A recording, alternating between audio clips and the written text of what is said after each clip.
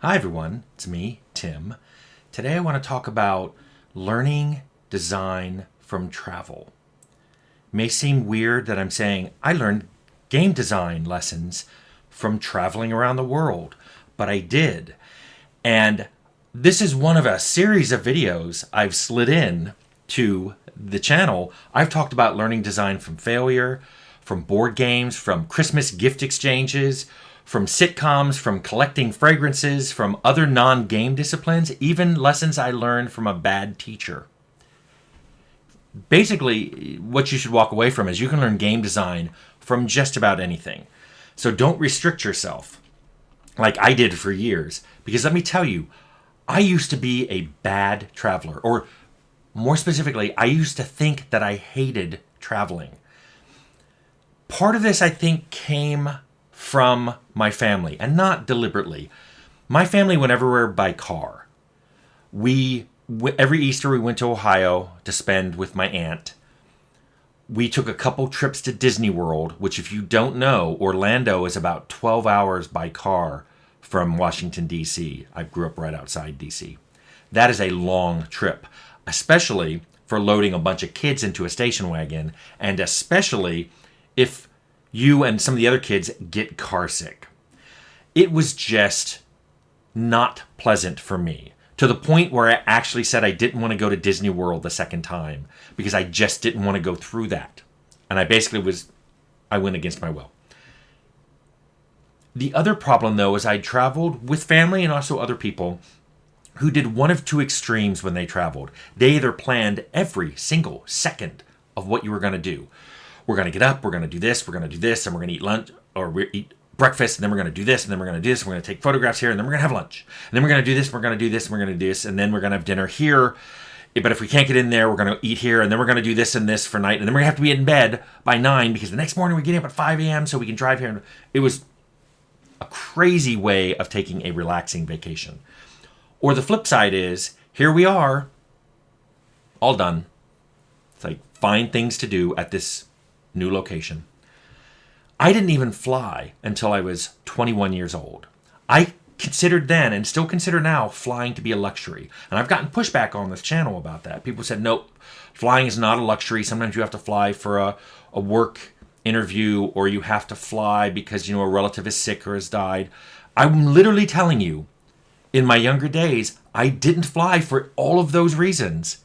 I couldn't afford to travel to do a work interview if they weren't going to pay for it, which back then I don't think anybody did. I wasn't, especially not a junior person. I had to not visit sick relatives. I had to miss a funeral once because I literally couldn't afford it. I couldn't even put it on my credit card. Because back then, credit cards for, when you're in your early 20s, my credit card I think had a $500 limit, and I was already at it because I had put food on it. Because I had so little money, I was using my credit card to buy food to live. So to me, air travel was a luxury, and I didn't like car travel, so I just didn't travel. Then in my 30s, I started dating someone who loved traveling, and he knew all the tricks. He got miles from his credit card. He would upgrade his ticket from economy into business and sometimes first class, and sometimes my ticket too. We would use lounges at the airport. He bought me really good luggage, so I wasn't carting this heavy suitcase with no wheels, which I was doing up until the time I met him. He also taught me how to stay in different hotels. Like, we would often go someplace and we'd stay in different hotels, even when we were in the same city, just to get a feel for what the different hotels were like and what different parts of the city were like. We did that in Paris. And it was amazing. The different arrondissements felt different when you stayed there. And then we went to the south of France. We went to Limoges and Sarlat and stayed in hotels down there, and then came back. And we took a train. And I was like, my mind was like, poof. When Temple of Elemental Evil, when the person who was going to go do the press event for that couldn't go because he didn't have a passport, he convinced me to go. And I had a great time. We went, in addition to France, we also went to South Korea. I went to South Korea with him before I ever worked for NCSoft. And it was amazing. It was so cool to see these different cultures and to meet different people and to see all kinds of things. Afterwards, I was way more of a traveler. And when I was at Obsidian, I went to conference in Australia twice. I went to a conference in Croatia. It was awesome. It was neat to see these places. And let me just tell you some of the things I learned by going to other countries. My overall thing I learned was other countries are very different and also the same. Sure, I especially love all the different food. I'm a foodie. I love eating all the different foods. I was very adventurous. I ate some things. I ate a raw crab in South Korea. It was delicious. I was assured that the vinegar killed any parasites, and I'm fine. It was absolutely delicious. I ate a 1,000-year-old egg, which is totally black. And it's not 1,000 years old, but it's very unusual looking and an unusual acquired taste. I'm not sure I'd try it again. I've eaten natto. For anyone from Japan or like Japanese food, I would not eat it again, but like Vegemite, I understand it's an acquired taste. I've also tried Vegemite. Vegemite's okay. I don't think I'd ever go, I'm jonesing for some Vegemite. But one thing I learned was there are so many different customs that you have to learn. Restaurants, how they seat people, whether you tip.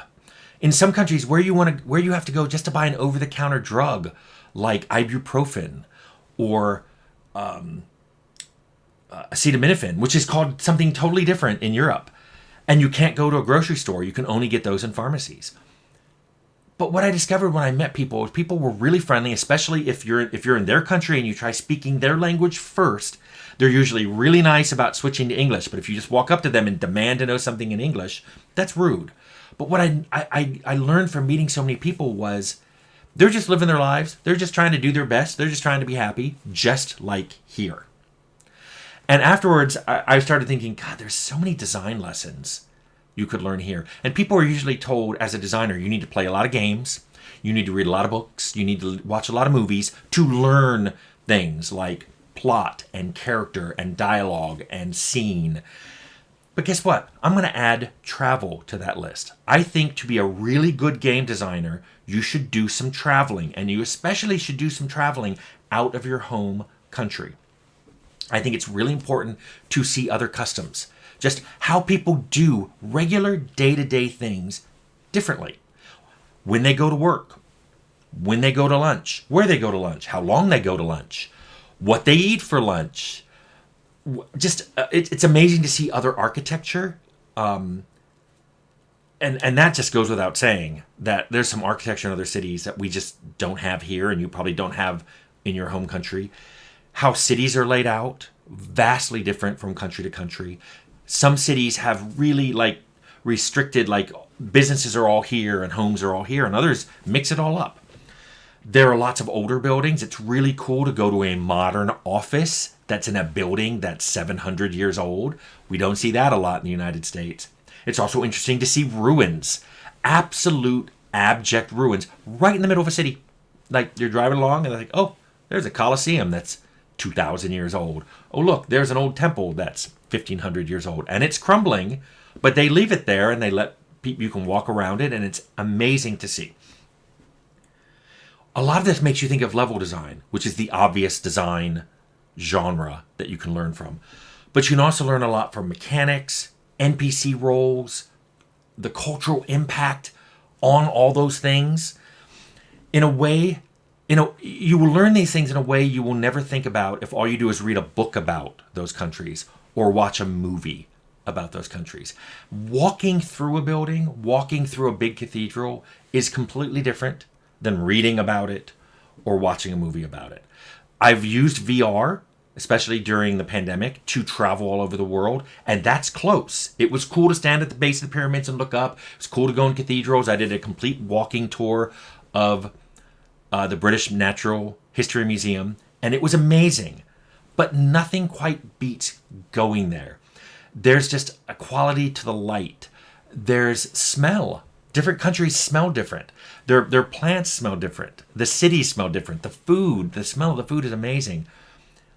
I can't recommend highly enough doing some traveling.